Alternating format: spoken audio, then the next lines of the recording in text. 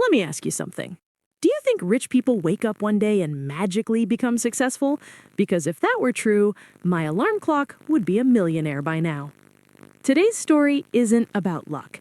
It's not about talent, and it's definitely not about overnight success. It's about habits. Quiet ones, boring ones, the kind nobody brags about on social media, the kind that slowly, painfully work. The person we're talking about today didn't start with money, power, or a perfect life. They started with almost nothing and a lot of reasons to quit. So if you've ever felt behind, confused, or secretly worried that everyone else got the rule book and you didn't, good, you're exactly in the right place. Grab a coffee, relax, and let me tell you how real wealth is actually built. All right, listen up. If you think billionaires are born with golden spoons in their mouths, let me stop you right there. Today's story is about someone who started with almost nothing. Not a shiny apartment, not a trust fund, just a small apartment, a big dream, and let's be honest, a lot of doubts. Imagine a kid growing up in a tiny apartment, the kind where the elevator breaks more often than it works, where your dad has 3 jobs just to keep the lights on, and where a single injury can turn everything upside down. That was our guy. Every day was a lesson in survival, whether he wanted it or not.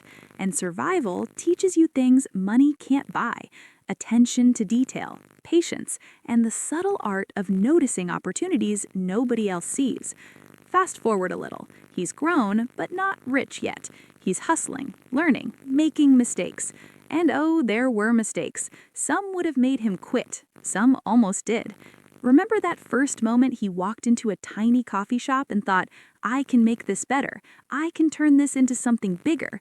People laughed at the idea. $3 for a cup of coffee? Are you serious? And yet, he saw beyond the cup. He saw the experience, the atmosphere, the connection.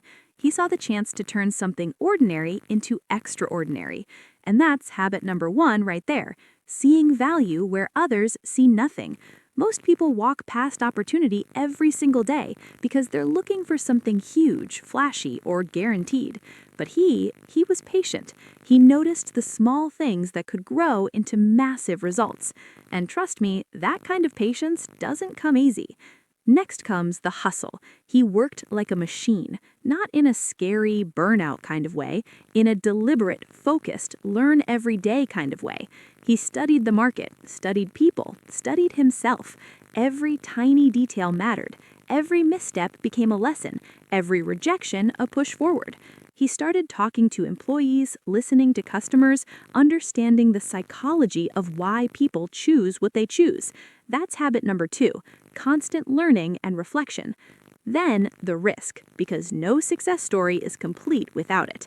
He invested in something people thought was silly, premium coffee, and he put everything he had into it. Not just money, but his reputation, his credibility, his time.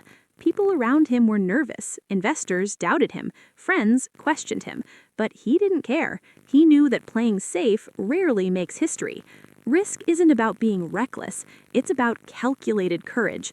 And that's habit number 3. Don't fear taking the right risks.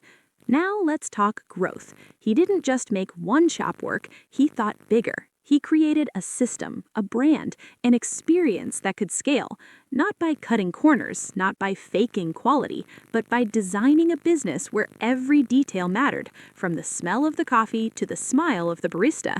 And yes, he made mistakes along the way, expanded too fast sometimes, had disagreements, faced setbacks, but each time he learned, adjusted, and moved forward. Habit number 4, resilience and adaptation. And here's the beauty of it. He didn't just focus on money, he focused on people, employees, customers, partners. He treated them well because he remembered what it was like not to be treated well. He created a culture of care, a culture of dignity, a culture where people felt seen. And that, Penny says, is one of the biggest investments you can make in humans, in culture, in trust. Now let's get philosophical for a second. Money isn't just numbers on a screen. It's a reflection of decisions, of habits, of values. Our guy didn't chase wealth for status. He chased it for freedom, for security, for the ability to create something meaningful. He reinvested in himself, in the business, in people, in ideas. That's habit number 5. Align your money with your values. And here's the kicker. As he grew, the challenges didn't disappear, they changed. Managing a growing business, keeping quality high, maintaining culture, making decisions that affect thousands of people, that's pressure most of us can't even imagine, but he faced it calmly. He made decisions slowly, deliberately, intentionally. Habit number 6, slow down when it matters, think before acting, and don't let chaos drive your choices. By now, he had built an empire. People recognized him, admired him, even envied him. But he stayed grounded, because true wealth, as he discovered, isn't flashy cars or giant houses. It's the ability to control your time, to control your decisions, and to create impact beyond yourself. Habit number 7, wealth is a tool, not a trophy. And here's the part most people miss. Success didn't make him happy. He had to work on himself, his perspective, his emotional intelligence. He invested in his growth, in his mindset, in his resilience. And when he finally had billions, he gave most of it away. Not for fame, not for applause, but because he understood abundance is meant to circulate, to empower others, to leave a legacy. So what's the lesson here? Ordinary people can do extraordinary things, not because they are lucky, not because they are smarter than everyone else, but because they cultivate habits that compound over time. Notice opportunities, learn relentlessly, take smart risks, care for people, align actions with values, think deliberately, and grow themselves continuously. And if you've been sitting there waiting for some magic trick to make you rich overnight, Penny has a message for you. It doesn't exist. But you can start today. Start with one small habit, one action, one choice, and slowly, consistently, your own empire, whatever that means to you, will grow. So here we are, at the end of our story. And no, it didn't happen overnight. If you're still hoping for a fairy godmother to drop a golden Starbucks card in your lap, think again. Our hero didn't get rich because of luck, or because he was born in a mansion, or because someone whispered a secret formula in his ear. Nope, it was habits. Tiny, boring, repetitive habits that nobody talks about.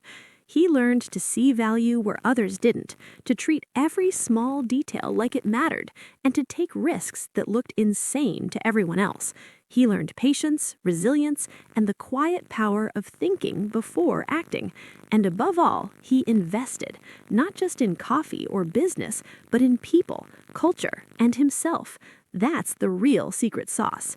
Not the espresso, not the latte art. Real wealth is made from focus, action, and care. And let me tell you something, the story doesn't stop here. Even when the empire grew, even when the money poured in, challenges kept coming. Because life doesn't give you a free pass once you succeed. But here's the beauty. Once you've built your habits, once you've trained your mind, you handle those challenges differently. You don't panic, you adjust, you learn, you move forward. And slowly, everything starts to compound. The knowledge, the trust, the confidence, and yes, the money too. But the money is just the byproduct of doing things right. So what should you take away? Start small. Notice opportunities. Learn relentlessly. Take calculated risks. Care about people. Align your actions with your values. Think carefully. Grow yourself. And above all, don't get distracted by shortcuts or flashy promises. They don't work, unless you like stress and disappointment as a hobby. And here's my last little piece of wisdom, with a wink. The best part? You don't have to be perfect. You just have to keep going, keep learning, and keep building, even when nobody notices. One day, someone will. And maybe one day, you'll sip your own $3 coffee in a cozy shop, look around, and realize you did it. And it didn't happen overnight, but it happened because you showed up every day, even when it was hard, boring, or scary. So go on, start today. Build your habits, take your risks, and one day, your story will be worth telling too.